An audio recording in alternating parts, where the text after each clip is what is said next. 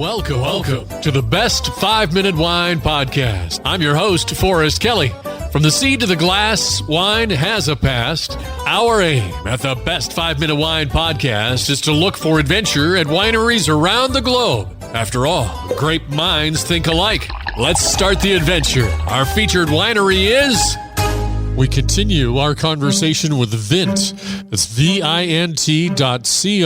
Looking at your website, I see you have a wine advisory committee. Tell me about that. This committee who provides feedback, and what's really interesting is because these people are of different walks of life in different countries, different backgrounds. They'll debate sometimes on the wine, so it leads to a good discussion and a thorough wine sourcing process. This wine advisory committee, is that something that you come up with, or that's what due diligence has told you that you should have, or you just wanted somebody who was into that full time? Yeah, we structured that early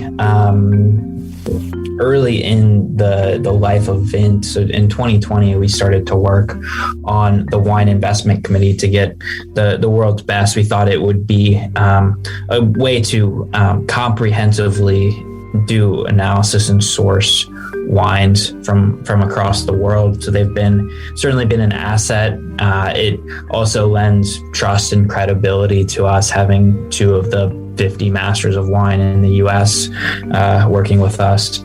Being the head of wine at Vint, tell me, Billy, what goes into curating a wine that you're going to offer as a choice to invest in? When we're thinking about So we submit our wines or the potential collections to the SEC in batches. So when we think of these potential batches, whether they be 5, 6, 7, 8 collections, we think about one, offering a diverse kind of range of wines for our investors. So whether it be from these blue chip regions like Bordeaux or Burgundy, something that's a little more, it's well established, but still continue kind of like mid-market, like say Italy, some super Tuscans or some Spanish wines that are really just kind of emerging as regions onto the market as big boys. We kind of look to balance out all of our collections in that way.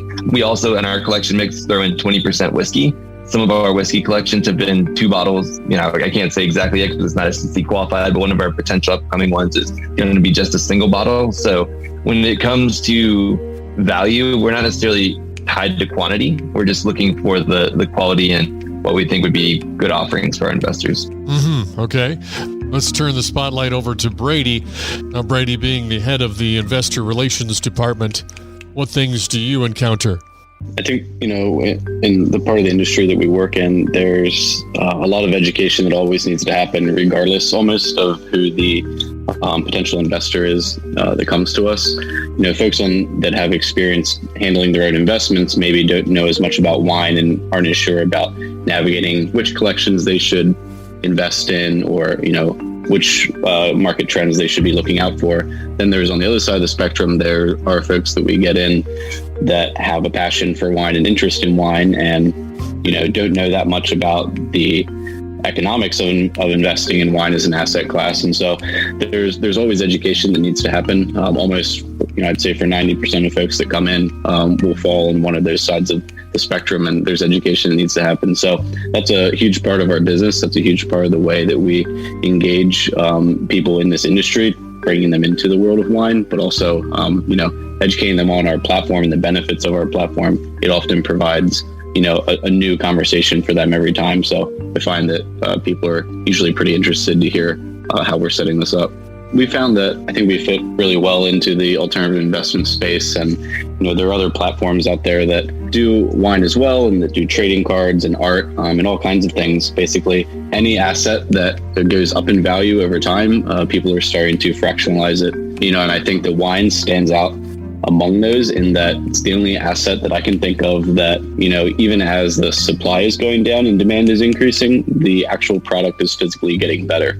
it's a consumable asset. It goes away because people like to drink it, but it's also getting better over time. So that's kind of an added pressure on demand that is really unique to wine, and even unique to wine above spirits, because wine improves while it's in the bottle, whereas spirits stop improving after it's bottled. So it's a really interesting asset class, and both wine and spirits, we are seeing a lot of positive feedback from this side of the investing industry from folks who are interested in alternative assets. Thank you for listening. I'm Forrest Kelly. This episode of the Best 5 Minute Wine Podcast was produced by iHism.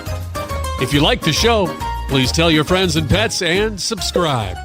Until next time, pour the wine and ponder your next adventure. Hi, before you go, we have exciting news. The Best 5 Minute Wine Podcast has teamed with a breakthrough technology and added a new feature on our website that's bound to elevate your podcast experience. Here is where we need your help. Trying to remember something from an episode? Don't worry. Search for it, and we will find it for you. Have you ever thought you could just ask questions and chat about the episodes as if you were talking to me? Well, now you can. That's right. Our episodes are now interactive, and they're waiting to have a conversation with you. Jump into a chat with our podcast, and let's get the conversation started. Try it out and tell us what you think. Click on the banner at the top of the website, thebestwinepodcast.com, to try it.